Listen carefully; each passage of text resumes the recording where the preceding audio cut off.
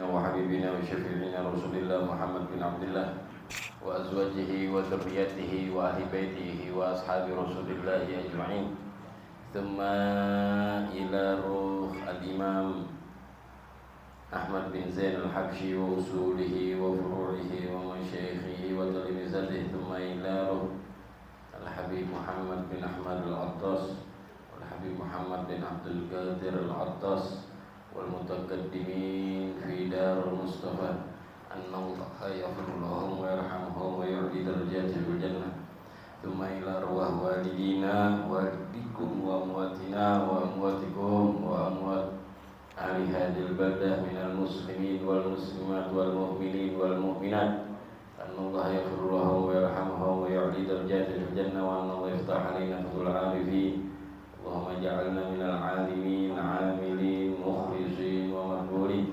ومثل ما نوى آباؤنا ورجالنا وشيوخنا في خير ولطف وعافية وإلى حضرة النبي محمد صلى الله عليه وسلم الفاتحة.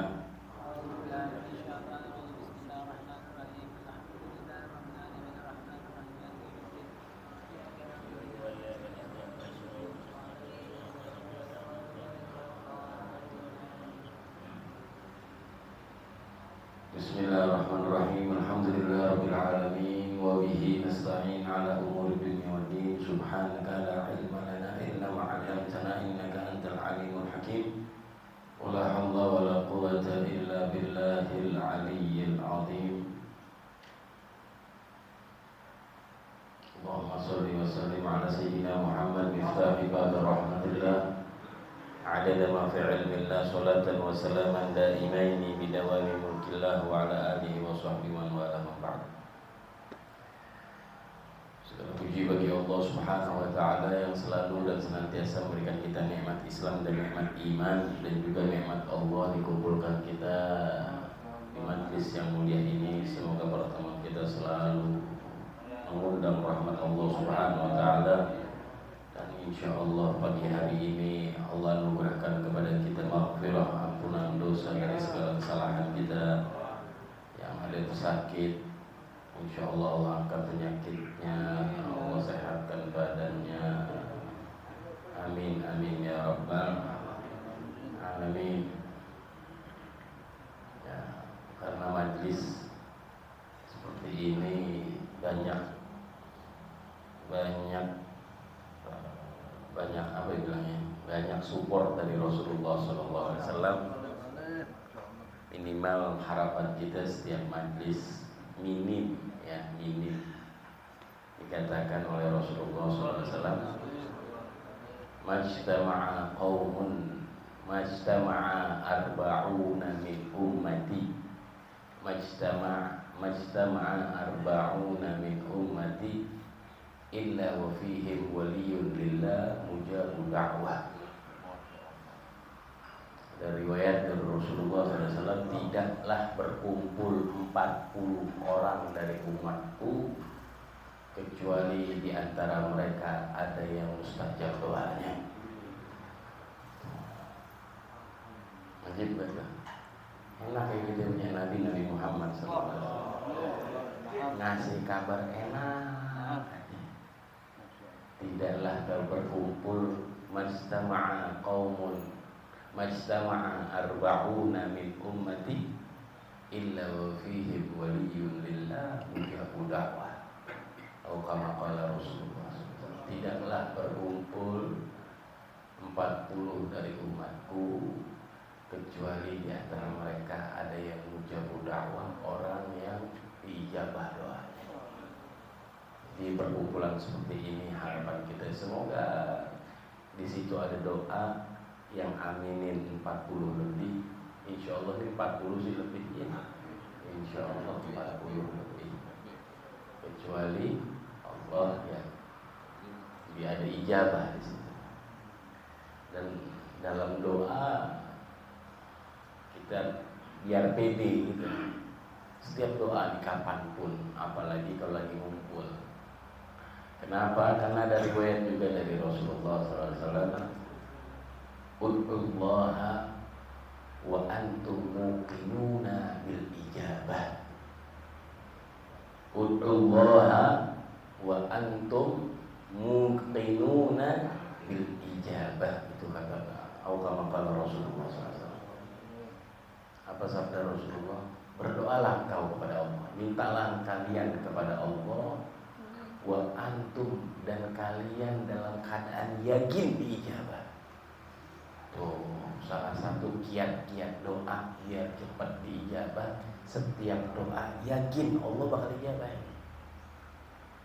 Jangan dikasih nggak ya gini-gini, kasih nggak ya? Lagi doa tuh hati kita, adek mungkin nggak ya? Bisa nggak? Jangan begitu. Ud'ullaha wa antum muqinuna bil ijabah, kata Nabi Muhammad. Minta sama Allah, diiringi dengan dalam keadaan kalian yakin akan diijabah. Muqinun, yakin, pasti. Nah itu keadaan kalian pasti, hati kalian pasti akan diijabah. Insya Allah tiap minggu pagi datang ke sini, banyak doa-doa kita diijabah oleh Allah Subhanahu wa Ta'ala. Sampai di kalimat apa ini? Aneh jujur nggak tahu.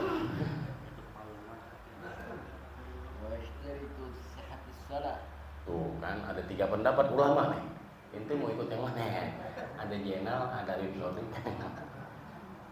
Kemarin nggak datang. Duluan ini malah cepetan ini berarti. Hah? Sampai di kalimat terakhir pembahasan. Tidak akal itu kemaluan itu. Udah. Itu terakhir. Memegang kemaluan. Udah. Ya. Udah dibahas. Depan belakang. Ya udah kita ulang sedikit dah.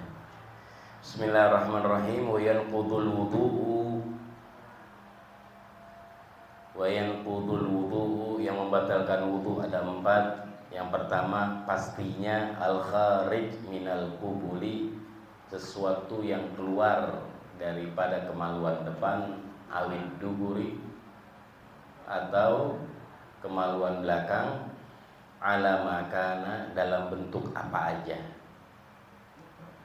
Al-kharij dikatakan di sini, al-kharij pakai alif wal lam, segala sesuatu yang keluar, bentuknya apa aja, walaupun angin tapi dari kemaluan depan lagi, mungkin nggak?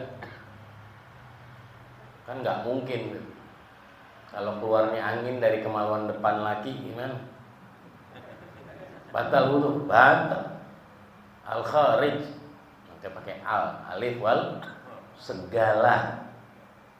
Ditambahin lagi sama Habib Muhammad bin Zain, ala makana, dalam bentuk apa aja. Sebenarnya al-kharij udah cukup. Cuman kebanyakan orang mungkin nggak begitu paham apa yang dimaksud dengan alif wal lam di al-kharij. Kenapa kok nggak kharij aja? Nggak pakai alif wal lam untuk mencakup semuanya, segala apapun yang keluar, walaupun angin dari kemaluan depan lagi, walaupun hal yang nggak mungkin, atau enggak angin dari kemaluan perempuan depan, nah, itu masih mungkin. Dari kemaluan perempuan depan keluar angin masih mungkin, masih ada di kitab-kitab fikih. Ya, pembahasan ulama masih ada. Tapi yang nggak mungkin dari kemaluan laki. Tapi itu pun kalau memang keluar batal wudu, walaupun angin. Ya, jangan dibayangin tuh tadi tuh gitu, ngomong gitu. Ini kan fikih ilmu, terus lo bayangin pagi-pagi rumahnya lo bayangin apa kayak aulia, kayak jangan bayangin kagak. Ya, kalau pelajaran udah lewat aja. Oh ya begitu. Ya, terus. Nah, kecuali apa? Kalau di sini nggak dikatakan ya. Kecuali mani. Semua segala sesuatu yang keluar dari kemaluan depan pasti, kalau segala sesuatu yang keluar dari kemaluan depan dan kemaluan belakang pasti membatalkan. Segala sesuatu yang keluar pasti membatalkan wudu. membatalkan wudu. Apakah ya, kecuali mani, kecuali mani. Yang masuk kan bilang al kharij, segala yang keluar. Yang masuk dimasukin dari kemaluan, kayak kapsul dari dubur, obat. Lihat kalau emang nggak nyentuh, kalau emang nggak nyentuh kemaluannya, ya nggak batal.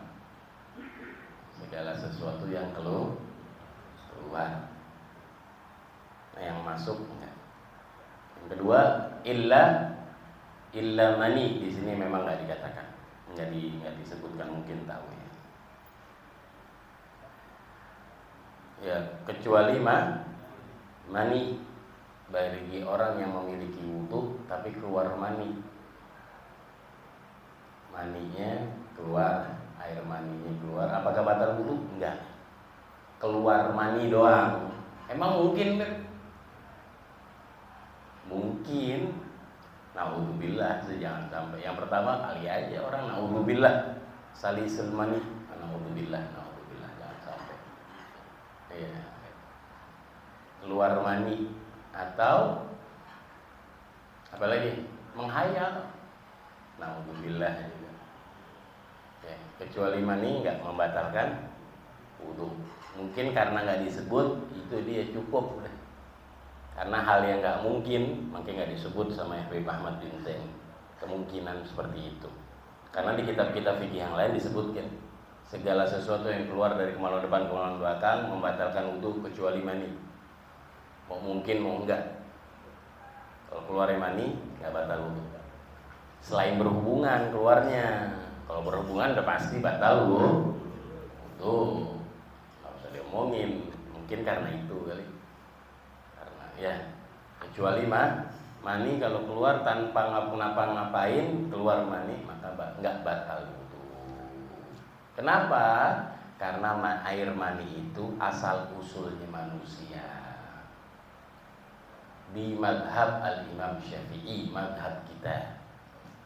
Kalau madhab yang lain batal. Seperti Imam Malik, Imam Abi Hanifah, keluar mani batal wudu. Keluar mani batal wudu. Keluar mani tok ya. Kalau ini ngomongin keluar mani doang, enggak berhubungan. Di mazhab Imam Syafi'i mengatakan enggak, air mani itu enggak keluar tidak membatalkan wudu, dan air mani itu suci. Air mani itu suci. Selain mani kayak wadi atau madi batal wudu, membatalkan wudu, kecuali mani doang. Cairan yang nggak membatalkan wudu, yang keluar dari kemaluan hanya mani. Kenapa? Karena aslul insan atau aslul bashar. Karena mani itu asal usulnya manusia. Ngambilnya dari mana sih Imam Syafi'i? Katanya mazhab lain batal, atau mazhab lain bilang kalau batal wudu berarti nggak suci. Makanya mengatakan air mani suci itu mazhab Syafi'i doang. Mazhab yang lain dibilang bahwa air mani itu najis. Air mani najis. Istinbatnya al-Imam Syafi'i, salah satu istinbat pengambilan intisari daripada dalilnya ayat Al-Qur'an walaqad karramna bani Adam. Allah menyatakan di dalam Al-Quran, kami telah memuliakan Bani Adam. Kalau Allah udah ikram, kalau Allah udah memuliakan Bani Adam, berarti asal usulnya manusia air mani, berarti mani itu suci. Ngambilnya dari situ, salah satunya ngambilnya dari situ. Karena apa? Ada ayat Al-Quran walaqad karramna bani Adam. Asal usulnya manusia mani, berarti mani itu suci. Yang mazhab lain enggak. Segala yang keluar dari dalam tubuh najis, selesai. Walaupun mani. Gitu. Paham? Makanya nanti ini begini merembetnya kemana lagi? Maka ada istilah dalam mazhab sholat jenazah. Di mazhab yang lain jenazah itu najis. Imam Syafi'i bilang jenazah nggak najis. Paham ente?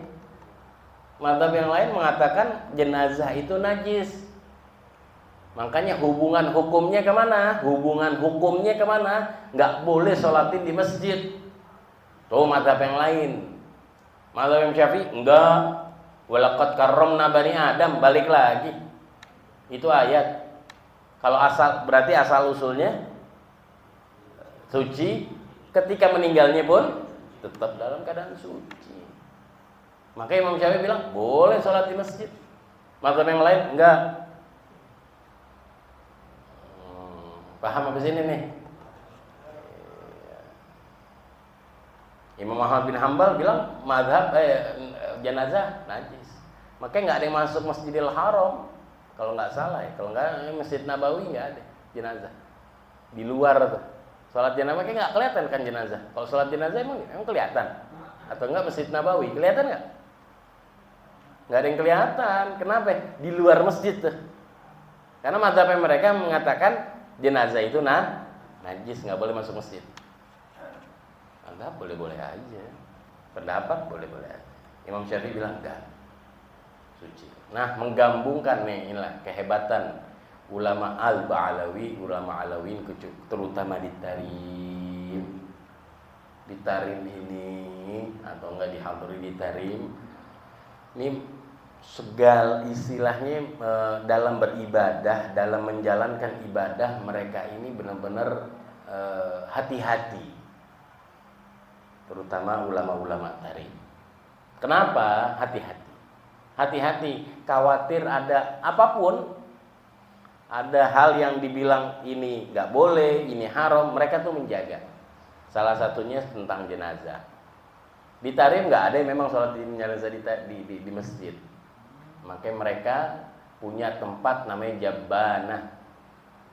Jabbanah itu kalau kita bahasanya aula, kalau kita bahasanya aula. Bangunannya mirip masjid, cuman bukan wakaf masjid, nggak diwakafin masjid, besar. Kira-kira 5 kalinya ini atau 7 kalinya ini. 7 kalinya Darul Mustafa mungkin. Besar. Nah itu bukan masjid tuh. Makanya seluruh jenazah sholatinnya di sini. Seluruh jenazah sholatin di sini. Situ ditarik terutama. Kenapa? Menjaga.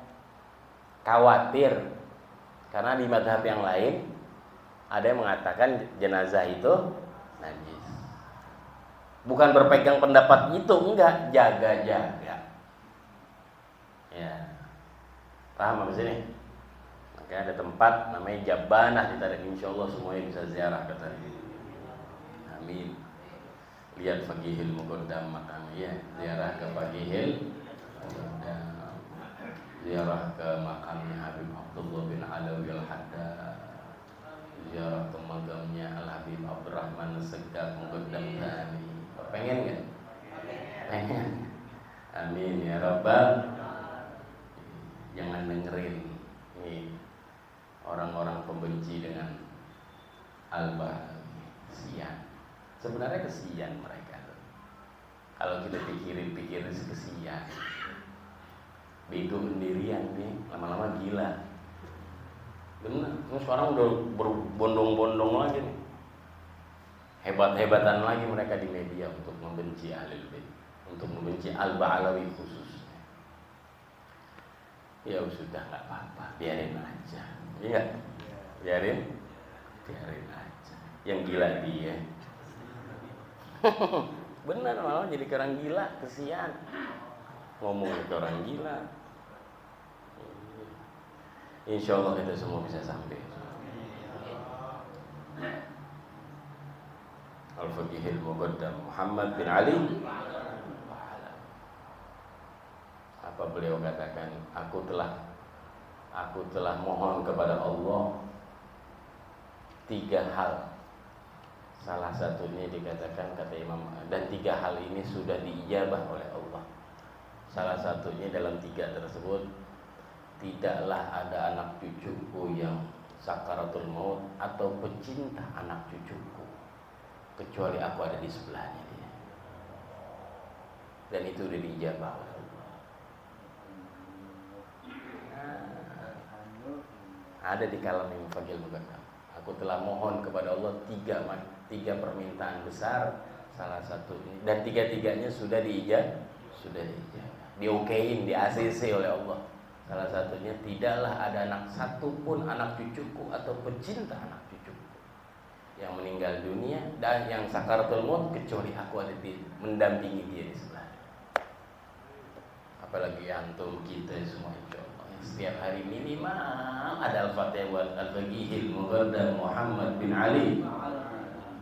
Masa iya? Betul. Antum baca ratib apa aja ada nggak namanya Al-Faqihil Muqaddam?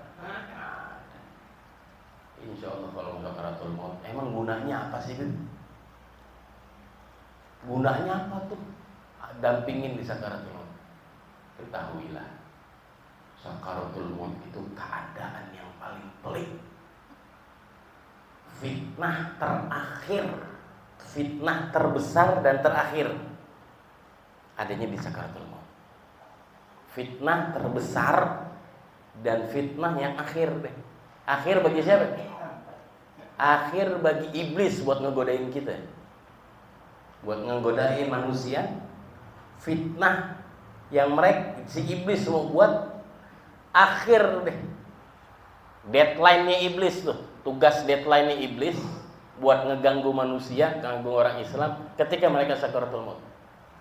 Tuh deadline-nya dia tuh, dia langsung turun tangan. Ini diceritakan di dalam hadis. Setiap orang yang akan meninggal nanti iblis datang tuh. Fitnah itu. Bawa satu cangkir air.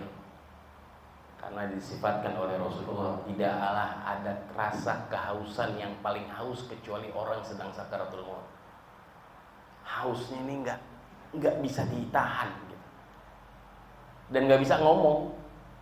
Ada orang kan bisa diketahui, haus nih gue minta air. Ini enggak, sakaratul maut. Dia doang sendiri tuh, si manusia sendiri yang lagi sakaratul maut, yang ngerasain haus. Nah disifatkan oleh Rasulullah nanti iblis datang membawa air. Kalau iblis nawarin kita minum, berarti kita ikut dengan iblis. Naudzubillah min dzalik. Walaupun nggak ngomong murtad, walaupun nggak mengucapkan kalimat murtad, walaupun naudzubillah min dzalik. Jangan sampai. Nah, Faqihil Muqaddam minta itu tuh. Al-Faqihil Muqaddam minta itu sama Allah. Biar cucu-cucunya dan pecinta cucu-cucunya, biar Faqihil Muqaddam yang nanti hadapin iblis buat ngedampingin mereka dalam sakaratul maut. Makanya dicerita di belamangan Nakib Habib Umar bin Abdurrahman Al-Attas, mungkin udah lewat. Ya, waktu Habib Umar bin Abdurrahman Al-Attas dikatakan dikirim keluarganya dalam sakaratul maut. Ya, ketika ditalqin, Habib Umar mengatakan la, enggak. Suruh la ilaha illallah, la ilaha illallah, la. Lalu anak istri bingung. Kok disuruh ngomong ditalqin dituntun dengan kalimat talqin, kok ngomongnya enggak. Bingung keluarga. Enggak lama dari situ ternyata sadar Habib Umar bin Abdurrahman.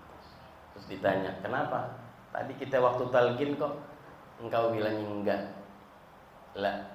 Laknya aku bukan ke kalian yang lagi talqin saya, tapi laknya saya lagi nolak pemberian iblis membawa segelas air. Kalau la ilaha illallah yang kalian talqinkan ke saya sudah mendarah daging di tubuh saya. Habib Umar bin Abdurrahman. Saya lagi ribut nih sama iblis. Iblis lagi bawa segelas air. Saya bilang enggak. Insya Allah kita selamat dunia. Karena saat-saat terakhir itu sakaratul maut. Yang nolong kita siapa? Yang pastinya amal ibadah kita. Amal ibadah. Baikin amal ibadah. Cakepin amal ibadah. Cakepin akidah. Cakepin semuanya dah. Jangan sembarangan doang hidup jadi manusia ini cuman ini begitu,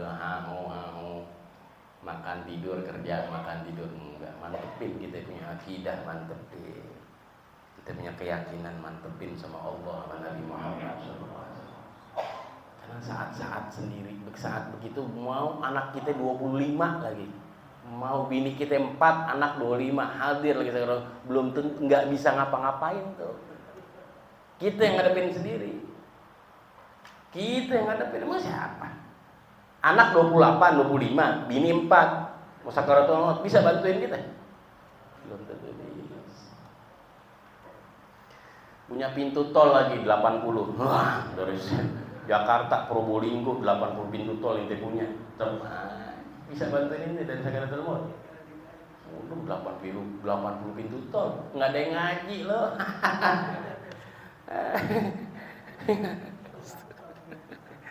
Punya 80 pintu. Insya Allah selamat kita dunia. Ya Allah, jangan lepas kita dari aulia, dari solehin, terutama dengan Rasulullah Sallallahu Alaihi Wasallam. Jangan lepas, sudah. Jangan. Kenalin Nabi Muhammad. Kenalin. Terus di mana majelis? Kenapa sih? Saya biar kenal Nabi Muhammad. Saya datang kenalnya pasti ada disebut syariatnya Nabi Muhammad. Pasti ada disebut bagaimana syariat atau hukum-hukum Nabi Muhammad. Terus dia ada kisah-kisahnya Rasulullah. Saya mau dengar itu. Udah. Jangan lepas dari Rasulullah. Nanti penyelamat kita yang benar-benar zahir batin adalah Rasulullah. Kalau Rasulullah udah ngirim satu aja, entah dari para aulianya, entah daripada anak cucunya as-shalihin, satu buat kita aja yang selalu dampingin kita, ngapain aja enak, kita ngapain aja, satu aja kata Habibullah bin Muhsin al-Attas. Ya, maka dikatakan doa maulid apa? Qasimul Imdad, apa katanya? Qasimul Imdad. Habib Ali bin Muhammad al-Habsyi mensifatkan Rasulullah itu Qasimul Imdad. Rasulullah itu yang ngebagi-bagiin anugerah, itu Nabi Muhammad. Betul, datangnya dari Allah. Anugerah apa aja? Ente mau rezeki, ente mau sehat, kesehatan, rezeki, ekonomi, sejahtera, apa aja, akidah, semuanya. Anugerah itu, betul. Anugerah datangnya dari Allah. Yang bagi-bagiin kata Habib Ali bin Muhammad al-Habsyi itu Nabi Muhammad SAW.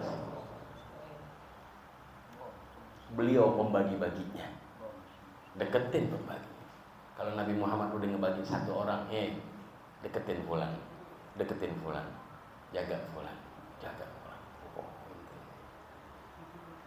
Maka kenapa ada ratib, entah ratib al-atas, entah ratib ada. Ayo kita biar mancing tuh pembagian Nabi Muhammad biar ke kita tuh, biar cepet. Kalau Nabi Muhammad udah ngasih satu wali min auliyaillah, ngedeketin ente, selamat ente dunia akhirat. Pembagian Nabi Muhammad, yang ngasih Allah, betul, yang ngebagi-bagi, paham ini? Ibaratnya gampang gimana sih, duit arisan yang megang siapa, kan gitu. Ntar ada yang bagiin tuh duit arisan, betul? Oh, si fulan wayahnya dapat ya. Ada kan yang megang duit arisan? Ada gak? Apa duit arisan ngeletak aja gitu di mana gitu? Itu duit arisan di dunia. Gimana anugerah dari Allah yang megang Nabi Muhammad, yang bagi Nabi Muhammad. Siapa yang pantas? Siapa yang kesini? Siapa yang beganu? Siapa yang beganu? Insya Allah kita selamat dunia. Ngomongin batalin wudhu ngapain ke sono-sono ya? Emang kadang suka begini nih, kelewat seger. Biasanya ngantuk, ini kelewat seger. Alhamdulillah, itu dia yang batalin wudhu.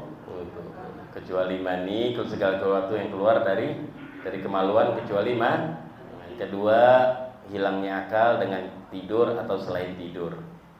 Udah semuanya ini ya, kecuali tidurnya orang yang duduk paten tempat duduknya, pinggulnya dia dari tempat duduk. Wayan gubul wudu masuk gubuli adamin auduburihi minhu, menyentuh kemaluan depan manusia. Ya, siapapun, entah milik dia atau milik orang lain. Kemaluan depan dan kemaluan belakang. Au min ghairihi, atau milik orang lain. Bi batinir raha wa butunil asabi', dengan seluruh telapak tangan. Kabiran atau saghiran, entah itu kemaluan anak kecil, entah itu kemaluan orang dewasa. Entah yang megang anak kecil, entah yang megang orang dewasa. Walau waladahu, walaupun anaknya, walau mayitan, walaupun mayit udah jadi jenazah. Kepegang, yang batal wudu siapa? Yang hidup. Nggak ada istilah yang batal wudu yang mayit. Nah, betul? Sampai sini paham? Kenapa ketika ada jenazah terus dibilang jangan cium, ntar wudunya batal, apalagi istrinya? Kenapa begitu? Nah, giliran kita pahamin ini, paham kita bahwa yang batal wudu adalah yang waktu megang kemaluan antara mayit dan orang hidup, yang batal wudu siapa? Kenapa giliran mau nyium istrinya pada dicegah? Ayo, benar apa yang benar? Benar apa yang benar? Begitu nggak adat kita ya? Adat kita betul nggak begitu? Itu adat. Sebenarnya nggak batal, biarin aja istri. Udah dimandiin, jangan dicium, ntar batal. Pernah dengar nggak begitu? Benar. Tapi giliran kita ngomong kemaluan jenazah kalau dipegang sama orang hidup, yang batal wudu siapa? Itu paham. Tapi giliran ada jenazah, habis dimandiin, mau ditutup, istri mau nyium, jangan, ntar batal wudunya. Emang ada batal wudu? Ntar batal mandinya, udah dimandiin, emang batal mandinya? Enggak, itu cuma kebiasaan kita doang.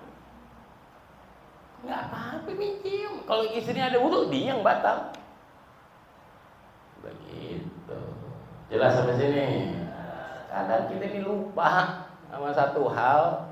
Jadi, ya ingat satu hal, lupa yang lain. Oh iya. Selama ini kenapa kita yang ngelarang ya? Kan nggak batal wudu, habis dimandiin kek, mau habis diapain, habis disiangin lagi. Gue kira ikan sepat, ikan gurame itu. Iya, nggak batal wudu. Jadi mulai dari hari ini jangan pakai ngelarang-larang. Biarin istrinya pada mau cium, silakan. Nggak apa-apa. Oh, habis mandiin nggak apa-apa. Emang apa? Emang ada batal mandi? Nggak ada. Emang ada batal wudu bagi mayit? Nggak ada. Haram memang. Yang kalau yang nyium Madonna, iya haram. Yang nyuruh kan dirinya. Paham nggak? Iya, kalau nyium Madonna datang nyium baru haram. Terus ya, jadi menyentuh kemaluan siapapun, walaupun anaknya, walaupun bayi orok, walaupun orang lain, anaknya orang lain, anak kita, anak siapapun, anak kita pribadi, ya. Wa in qudul wudu iltiqa'u basyaratai rajulin wa muratin kabiraini ajnabiyaini bila hailin illa dhufran. Yang keempat yang membatalkan wudu, bertemunya atau bersentuhannya atau bertemu. Iltiqa' itu bertemu, maksudnya bersentuhan. Dua kulit, laki dan perempuan. Mesti laki dan perempuan. Dua kulit, selain kulit enggak, atau kulit sama yang lain, kulit sama gigi, ya, ntar ada tuh. Illa dufron, au sya'ran, au sinnan, kecuali gigi, kecuali rambut, kecuali apa lagi? Kuku, kecuali kuku, nggak batal. Megang gigi gitu. Ngapain lu iseng banget? Tayar palingnya. Wa rajulin wa mra'atin. Laki dan perempuan, laki sama laki enggak batal wudu. Perempuan sama perempuan enggak batal. Kabirain, dua-duanya dewasa. Maksudnya dewasa di sini sudah sampai batasan disenengin sama orang yang normal. Kira-kira perempuan atau laki di umur berapa itu yang bisa disenengin? Nah itu kabirain maksudnya nggak mesti baligh. Memang bahasanya kabirain dewasa, tapi nggak mesti, kata ulama nggak mesti dewasa. Sampai batasan umur yang dia udah bisa didemenin sama orang normal, bukan orang psikopat. Iya, psikopat ngeliat bayi orok juga bego. Ya, batasan umur kira 12 tahun ya. 14 tahun. Udah bisa didemenin sama orang normal, dia jangan. Udah batal wudu nih, jangan sentuhan sama dia. Yang lain bila hailin tanpa penuh penghalang atau penutup. Ya, nyentuhan tanpa penutup. Kalau pakai kena penghalang atau penutup enggak batal wudu. Kecuali kuku, rambut dan gigi atau juz'an munfasilan, atau juga ada organ tubuh yang terpisah. Maksudnya apa? Ada tangan kepotong punya perempuan, kaki kelingking, terus kita ambil, kita ada wudu, batal wudu kita? Enggak. Jelas sampai sini? Jelas. Insyaallah kita dengar apa kita tahu bermanfaat untuk diri kita semua dalam keadaan sehat walafiat. Amin ya rabbal